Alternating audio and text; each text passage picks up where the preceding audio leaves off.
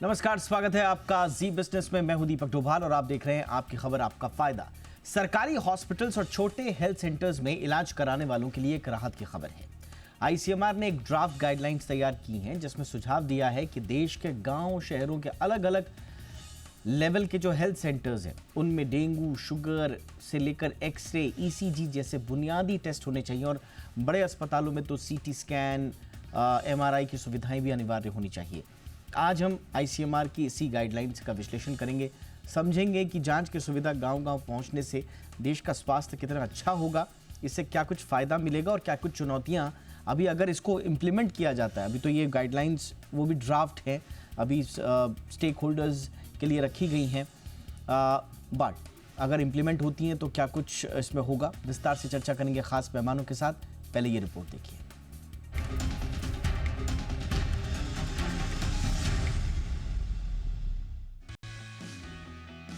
भारत के health care sector में एक नई क्रांति की शुरुआत होने वाली है।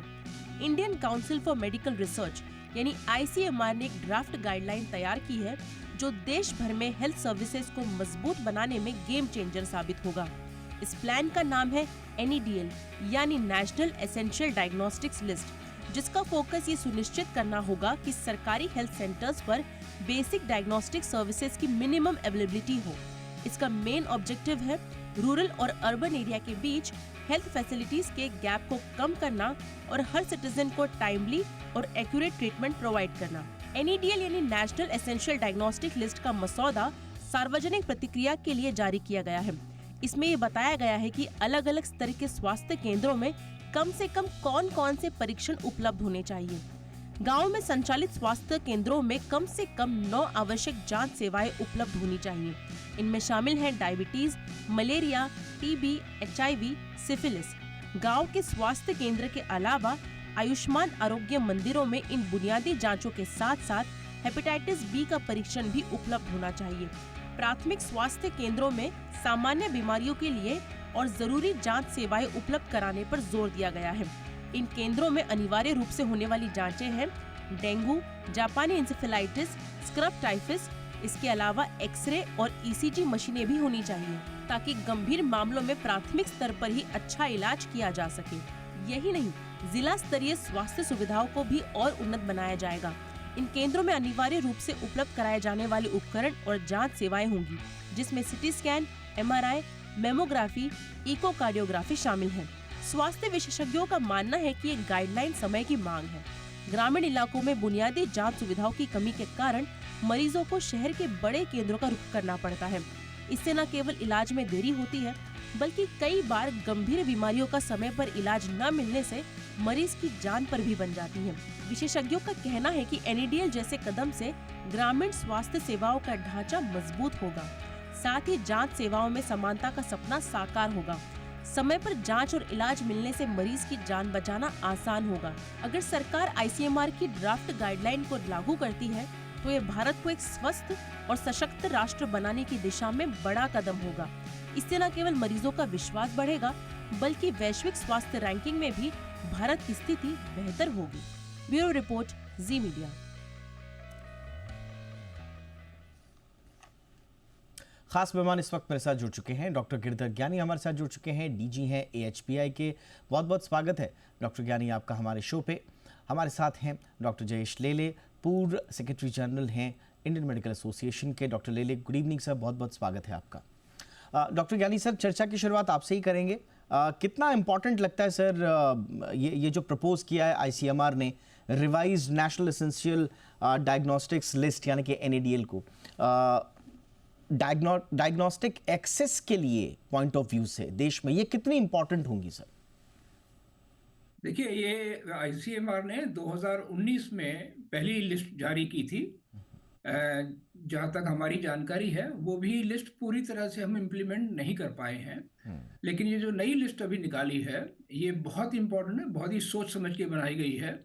और जो हम बार बार कहते रहते हैं कि स्वास्थ्य सेवाएं की शुरुआत होती है प्राइमरी हेल्थ सेंटर्स के ऊपर, और अभी जो नई गवर्नमेंट ने बनाई है कि national health and family welfare centres, ये दोनों बहुत ही इम्पोर्टेंट हमारे इकाई बनेंगे हेल्थ सिस्टम के। तो अगर ये सारी सुविधाएं एज पर द आईसीएमआर इस सभी जगहों पे उपलब्ध कराई दी जाए, आई थिंक हमारी हेल्थ सिस्टम में बहुत बड़ा इम्प्रूवमेंट होगा। लेकिन मैं यहाँ पे एक छोटी बात ये कहना चाहूँगा कि हमारे पास जैसे करीब 24,000 प्राइमरी हेल्थ सेंटर्स हैं, जिसमें से करीब 11,000 ऐसे सेंटर हैं जो कि 24/7 चलते हैं, मतलब दिन रात में चलते हैं। लेकिन वहाँ पे जो डॉक्टर्स दो होने चाहिए, वहाँ पे सिर्फ एक ही अवेलेबल है अभी तक। तो जब तक हम मैन पावर की तरफ ध्यान नहीं देंगे, ये सुविधाओं के साथ साथ हमें मैन पावर के ऊपर भी फोकस करना पड़ेगा। बहुत इंपॉर्टेंट आपने ये सजेशन दिया है sir, and I am sure इसका ध्यान ज़रूर रखा जाएगा कि सोच तो बहुत अच्छी है, इसमें कोई शक नहीं है, होना भी चाहिए। लेकिन अगर आपके पास पर्याप्त मैन पावर नहीं है, ख़ास तौर से आपके पास पैरामेडिकल स्टाफ नहीं है, तो मुझे लगता है कि बातें अधूरी रह जाएंगी। एक और ख़ास मेहमान हमारे साथ जुड़ चुके हैं, समीर भाटी साहब जुड़ चुके हैं हमारे साथ, जो कि जाने माने पब्लिक हेल्थ एक्सपर्ट हैं। बहुत बहुत स्वागत है डॉक्टर भाटी आपका हमारे शो पे। डॉक्टर लेले, आपके पास मैं आऊँगा सर। आपको ये आइडिया कैसे लगा और क्या क्या चुनौतियाँ आप देख रहे हैं इसको इम्प्लीमेंट करने में? मैं कॉन्ग्रेचुलेशंस मैं ऑफर करता हूं मेरी तरफ से, क्योंकि हम लोग देखते हैं कि रूरल एरियाज में पेशेंट्स को छोटे छोटे टेस्ट के लिए हमेशा सिटी में जाना पड़ता है, भागना पड़ता है।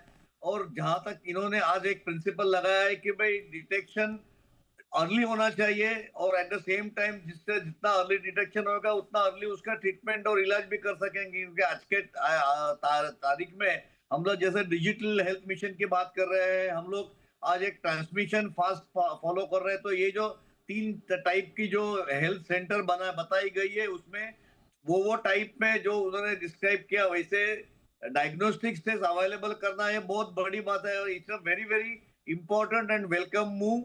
एट द सेम टाइम आज हम लोग अगर उसके ऊपर अच्छी तरह से ध्यान देते हैं तो हम काफी पेशेंट्स को तकलीफों से बचा सकते हैं, प्राइमरी ट्रीटमेंट दे सकते हैं, और जो जरूर है उसको हायर सेंटर में रेफर कर सकते हैं, और वो टाइमली रेफर कर सकते हैं। तो इसके बारे में जैसे डॉक्टर ज्ञानी ने बताया, उसके भी मैं सहमत हूँ कि वहाँ मैन पावर डॉक्टर्स अवेलेबिलिटी होना जरूरी है। At the same time diagnosing early, specially cases like malaria है, स्पेशली केसेस लाइक डेंगू है, तो उसमें अर्जेंट ट्रीटमेंट, फास्ट ट्रीटमेंट मिलनी चाहिए। तो वो ये सेंटर सर्व करेगी, ऐसा मैं मानता हूँ। और definitely it's a welcome move from the government to give this ICMR guidelines, and I feel it should be implemented as early as possible. Thank you. Alright sir. Doctor Bhati, आप जैसा सर ने भी कहा कि ये बहुत ज़रूरी है, बट इसमें चुनौती आ जाती है इम्प्लीमेंटेशन को लेके, क्योंकि आप इस पूरे डायग्नोस्टिक्स के इकोसिस्टम से जुड़े रहे हैं, आप समझते हैं एक एक उसमें बेसिक चीज़ें क्या हैं। कौन कौन सी बड़ी प्रॉब्लम ये आइडिया सॉल्व करेगा, नंबर 1, और अगर कोई चुनौती हैं तो वो कौन सी हैं? बिल्कुल बिल्कुल। देखिए, जैसा हम बात कर रहे हैं कि डायग्नोस्टिक का रोल क्या आ गया कि हम डिजीज़ को टाइमली डिटेक्ट कर पाएँ, ताकि अर्ली इंटरवेंशन कर लें और बीमारी को फिर आगे बढ़ने से रोक पाएँ। दूसरा, जो ऑलरेडी बीमारियां चल रही है, क्रॉनिक बीमारियां, उनका फॉलोअप टाइम से हो पाए, ताकि बीमारियों के और ज़्यादा कॉम्प्लिकेशन ना हो। और तीसरा जो सबसे इम्पॉर्टेंट है कि हम ज़्यादा से ज़्यादा स्क्रीन कर पाएँ, ताकि हम बीमारियों को जल्दी पकड़ पाएँ। अब इसमें देखिए एक चीज़, जैसे इसमें और भी स्टेक होल्डर्स के और इनपुट्स वगैरह और मांगे गए हैं, ताकि और इसमें ज़्यादा मतलब बेहतर इसको और कैसे बनाया जा सके। एक तो जैसे हम आरोग्य मंदिर की बात करते हैं और प्राइमरी हेल्थ सेंटर की बात करते हैं, वो ताकि हम और ज़्यादा डीप पेनिट्रेट कर सकें हमारे गाँव के अंदर, क्योंकि शहरों के अंदर फिर भी अगर हम देखें तो कंपैरेटिवली सुविधाएं उपलब्ध है, पर जो टीयर 2 सिटीज़ है, टीयर 3 सिटीज़ है हमारे गांव में, वहाँ पर थोड़ी चैलेंजिंग है। तो वहाँ पर एटलीस्ट एक तो जो स्क्रीनेबल टूल हैं, मैं समझता हूँ वो सबसे ज़्यादा अवेलेबल होने चाहिए आरोग्य सेंटर और प्राइमरी हेल्थ सेंटर पे, कि जो हमारे 5 तरह के कैंसर स्क्रीनिंग टूल है, कि आपका सर्विकल कैंसर के लिए, ब्रेस्ट के लिए एटलीस्ट एग्जामिनेशन के लिए वहाँ पर फीमेल स्टाफ अवेलेबल हो अवेयरनेस के लिए, और कभी कभी मेमोग्राफी के लिए वहाँ पर मोबाइल वैन वगैरह की सुविधाएं करा दी जाए, ताकि सर्विकल कैंसर और ब्रेस्ट कैंसर, जो कि सबसे ज़्यादा बढ़ रहे हैं, और गांव के अंदर खास तौर पे सर्विकल कैंसर की बहुत कम स्क्रीनिंग होती है। इसके अलावा हमारा ओरल कैंसर, जैसा कि गाँव के अंदर और शहरों में भी बढ़ ही रहा है, ओरल कैंसर के लिए स्क्रीनिंग वहाँ पर उपलब्ध हो जाए हमारे आरोग्य मंदिर के अंदर और प्राइमरी हेल्थ सेंटर के अंदर। इसके अलावा बाकी और चीज़ें थोड़ी और एडवांस लेवल पे हो गई। देखिए इसमें जैसे मैंने एसेंशियल लिस्ट की जो चेक की है, आपके कम्युनिटी हेल्थ सेंटर की भी, डिस्ट्रिक्ट हॉस्पिटल की भी, सब डिस्ट्रिक्ट हॉस्पिटल की भी, आगे प्राइमरी हेल्थ सेंटर, तो ब्लड टेस्ट में तो देखिए कोई एज सच प्रॉब्लम आती नहीं अगर आप लॉजिस्टिकली चीज़ें ठीक कर लें, कि क्योंकि सैंपल प्रोसेसिंग एक जगह ठीक से हो सकती है। पर जो इमेजिंग सुविधाएं हैं बेसिक, वो सब जगह की, जैसे कम्युनिटी हेल्थ सेंटर तक एटलीस्ट आपका अल्ट्रासाउंड, क्योंकि जो आपकी प्रेग्नेंट वीमेन है उनको अल्ट्रासाउंड उनका फॉलोअप करना ज़रूरी होता है, तो वो कम्युनिटी हेल्थ सेंटर तक भी अवेलेबल होना चाहिए। पर जैसा भी बताया कि मैन पावर की चैलेंज है, बट एटलीस्ट ज़्यादा नहीं, पर क्रिटिकल इमरजेंसी वाले केसेस एटलीस्ट वहीं पर सॉल्व हो जाए, क्योंकि कई तरह की ऐसी डिजीज़ होती है जिनके अंदर आपका टाइम बहुत ज़्यादा प्रेशियस होता है। तो गांव में देखा होगा कि वो बहुत दूर उनको ट्रैवल करना पड़ता है अगर प्राइमरी हेल्थ सेंटर से वहाँ तक, तो वो सुविधाएं ज़्यादा उपलब्ध हैं। कई बार कुछ ऐसी टेस्ट भी इसमें है जो वहाँ पर एज सच रिक्वायर्ड नहीं है, क्योंकि ब्लड सैंपल तो फिर भी आपका ट्रैवल हो जाएगा। दूसरा, कम्युनिटी हेल्थ सेंटर के अंदर अगर हम वहीं गांव के जो हमारे युवा हैं उनको वहाँ पे स्किल्ड करें, कुछ इस तरह के शॉर्ट टर्म कोर्सेज जिसमें वो छोटी मोटी स्टडीज़ जैसे एक्सरे, ईसीजी, ये सब परफॉर्म कर पाएँ, क्योंकि अगर बाहर से हम मैन पावर वहाँ भेजेंगे तो वो थोड़ा चैलेंज रहेगा। पर वहीं के अगर युवाओं को वहाँ पे स्किल्ड किया जाए तो वो वहाँ पर रिटेन रहेंगे, और इसमें थोड़े प्राइवेट पार्टनर्स को भी, पीपीपी मोड को भी इंक्लूड किया जा सकता है, ताकि जो मैन पावर वाला चैलेंज है उसको ओवरकम किया जा सके। थिंक ये बहुत इंपॉर्टेंट सजेशंस हैं, और जिस उद्देश्य से इन ड्राफ्ट गाइडलाइंस को पब्लिक डोमेन में रखा गया है बाकी स्टेक होल्डर्स के फीडबैक के लिए, उसमें बहुत अच्छे सुझाव आपने दिए डॉक्टर भाटी। इनफैक्ट हमारे दोनों अदर जो गेस्ट्स हैं उन्होंने भी बहुत अच्छे इनपुट दिए हैं। कुछ और बातें हम करेंगे, थोड़ा सा और समझने की कोशिश करेंगे कि कैसे अगर गांव में जांच की सुविधा आ जाए, अगर गांव के स्वास्थ्य केंद्रों तक अगर जांच की सुविधाएं आ जाएं, ख़ासतौर से जिन 9 बीमारियों का या 9 स्थितियों का जिक्र इन गाइडलाइंस में किया गया है, तो कैसे पूरा का पूरा स्वास्थ्य का ढांचा हम बदल सकते हैं, इस पर एक छोटे से ब्रेक के बाद चर्चा करेंगे।